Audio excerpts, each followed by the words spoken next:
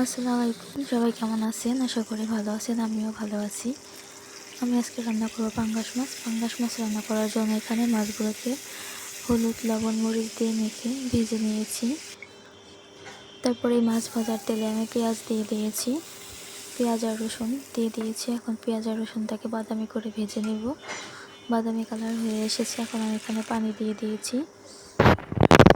তারপর আমি এখানে লবণ দিয়ে দিচ্ছি, মরিচের গুঁড়ো দিয়ে দিচ্ছি, ধনিয়ার গুঁড়ো দিয়ে দিচ্ছি, হলুদের গুঁড়ো দিয়ে দিচ্ছি। এখন আমি মশলাটাকে ভালো করে কষিয়ে নিব।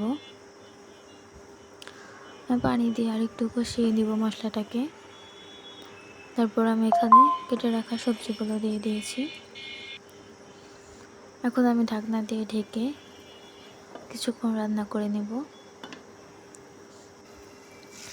কিছুক্ষণ রান্না করার পর সবজিতে যে আমি পানিটা দিয়েছিলাম ওটা শুকিয়ে গিয়েছে। আমি আবার একটু পানি দিয়ে নিব। পানি দিয়ে ঢেকে আরও কিছুক্ষণ রান্না করে নেব।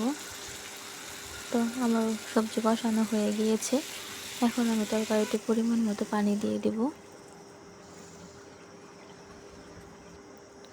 এখন আমি ভেজে রাখা মাছগুলো দিয়ে দিচ্ছি। মাছগুলো দিয়ে কিছুক্ষণ রান্না করে নেব। রান্না করে নিলে তরকারিতে বলক চলে আসবে। বলক আসার পর আমি কয়েকটা কাঁচামরিচ দিয়ে দিয়েছি। কাঁচামরিচ দিলে তরকারির ফ্লেভারটা অনেক সুন্দর হয়। এই জন্য আমি সব রান্নার শেষে কাঁচামরিচ দিয়ে থাকি। আমার রান্নাগুলো কেমন হয়েছে কমেন্টে জানাবেন। যদি ভালো লেগে থাকে তাহলে অবশ্যই জানাবেন। আর আমার পেজটাকে ফলো করে দেবেন।